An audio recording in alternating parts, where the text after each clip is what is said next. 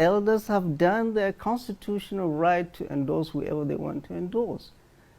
Now the question is General Obasanjo going to make Peter Obi go to the villa just by endorsing him in Abeokuta? The answer is a no.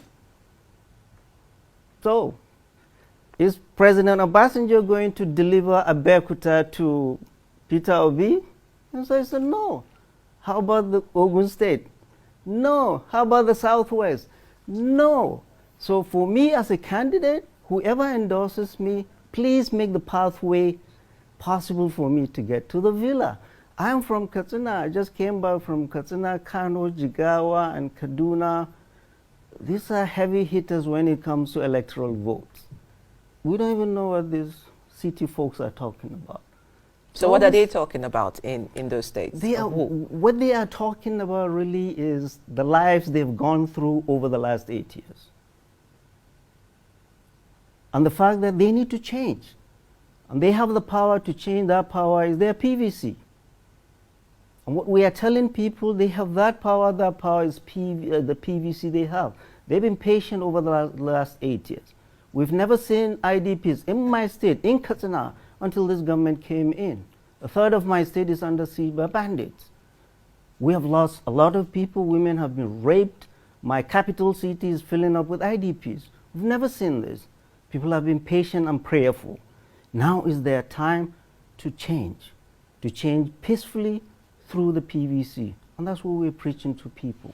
You have the power to change, especially our youth and our women, who constitute the majority of the demography for voting. Go and line up quietly, cast your vote, and that vote must be counted. That's all we are asking our people to do. No violence, no insults, no blackmail. Your votes will be counted, and that's the most important. Endorsement is good. So for Peter Obi, he should put all those endorsements as badges of honor. Only. And it's now up to him to go do the job himself. So we are the most important. We are the employees of all these politicians running around in big black jeeps. We've not been happy with them. That's why I'm in this. I'm a physician. I'm in because we must all get involved. We are not happy. So President Obasanjo's opinion is his personal opinion as an elder. He has one vote. We have 93 million registered voters in Nigeria, and that choice is theirs.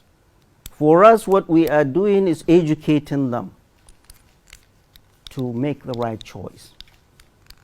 The choice is, the first thing, it will be suicidal to repeat the same mistake again and elect APC that has put us through this mess over the last 8 years. I am talking firsthand. I'm from Katsina, and I see the pain of our people. Each time I go to Katsina, I come back, I'm really saddened. We're going to repeat the same thing again? 133 million Nigerians are in multidimensional poverty. This is under a government that has been preaching that is going to get 100 million Nigerians out of poverty in 10 years, 10 million each year. And a government agency is coming to tell us 133 million Nigerians are in multidimensional poverty. This is not abstract. I see it live. Many villages, when I go to, in Katsina, go to the village square, pull out 1,000 naira, nobody can give you change because of the poverty. And now here we are talking endorsement. Good for you, Mr.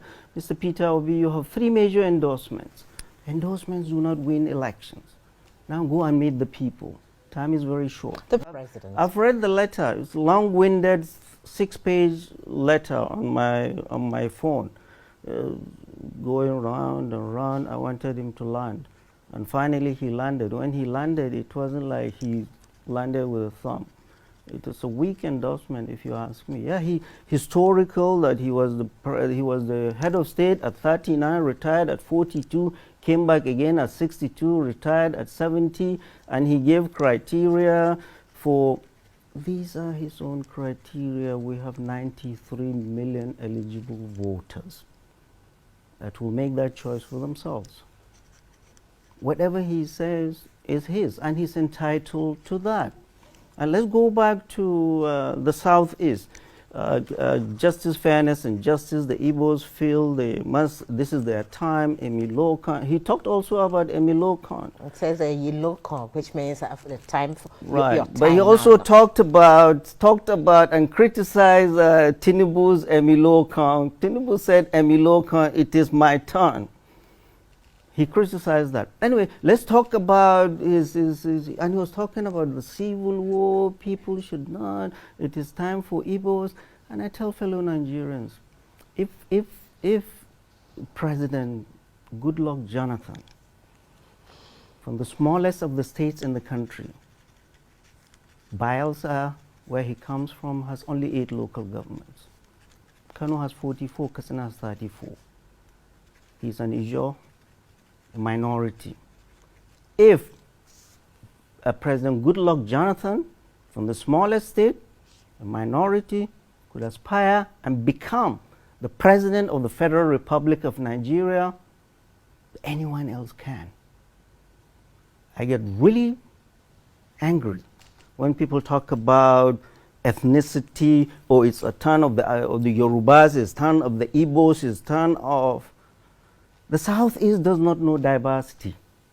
100% Igbos, 100% Christians. The Southwest knows little diversity, 100% Yorubas, and Muslims and Christians. You want to see diversity, come to the North. There is not a single state in the 19 states that has only one dialect. None. Or there are only one religion. Kaduna State alone has 53 dialects. We talk about Plateau, 40. We talk about Taraba. We talk about Borno. We know diversity. We've lived with people of different ethnic groups and different religions. None of this. Jukuns will say, oh, it's our turn. Nupes will say it's our turn. Hausas will say it's our turn. The first leader of this country, the late Prime Minister Tafawa Balewa, was neither Hausa nor Fulani. The first military head of state before the Civil War, General Yakubu Gowon, was a Christian, a northerner. So when we start talking ethnicity, it muddles the picture and it turns people off. There's no reason why an Igbo man cannot be the president. Make it happen. Just like Goodluck Jonathan made it happen. And I said it again and again, the appearance of Peter Obi on the political scene was a positive.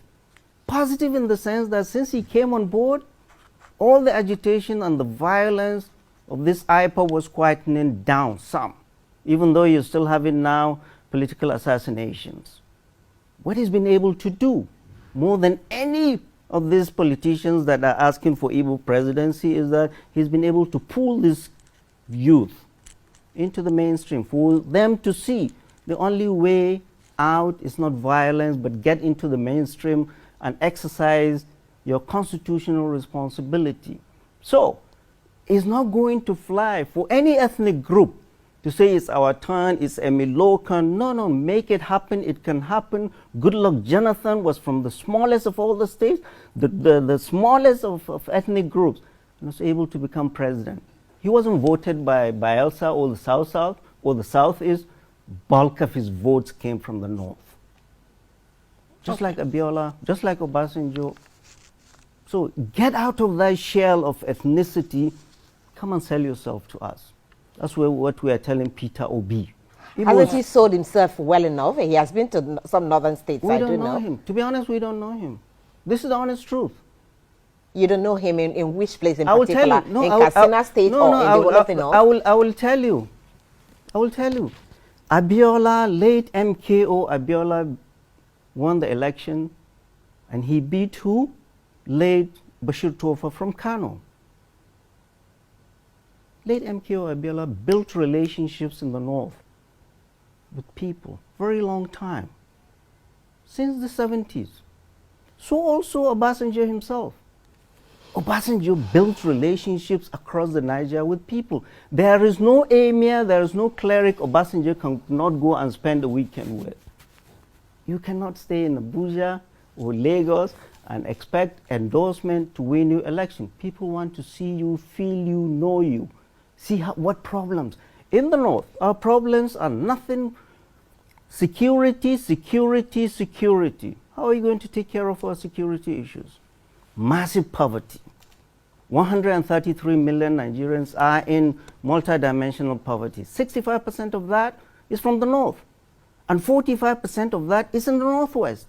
Come to us and tell us how you're going to do that. Education. 20 million kids are out of school. The Minister of Education himself came out and said he's not proud of being the longest serving Minister of Education because he's not been able to bring down the number of out of school children. Of that 20 million, 18 are from the north. Agriculture. Our farmers are not able to go to the farm now because of insecurity. There is poverty, there is hunger all over the place. Peter Obi, Ashwaju, as we speak, he's been in Kano for the last 2 days. Peter Obi, come to us. Talk to us. Tell us how you can solve our problems. Not in the cities. That is what politics is about. APC Muslim ticket, I've said it again and again, is neither for God nor country but for self, just to accommodate the political presidential ambition of Bola Ahmed Tinubu. Number one, diversity. The country, you go on the net, you see this youth, the virulence. They are fed with toxic cocktail of ethno-religious hatred. Where are they getting that from? And I hope it's not their parents, because no mother will bring up a child that way. They grow up, this is what they feel. We went to school, I went to Catholic school, all my primary schools.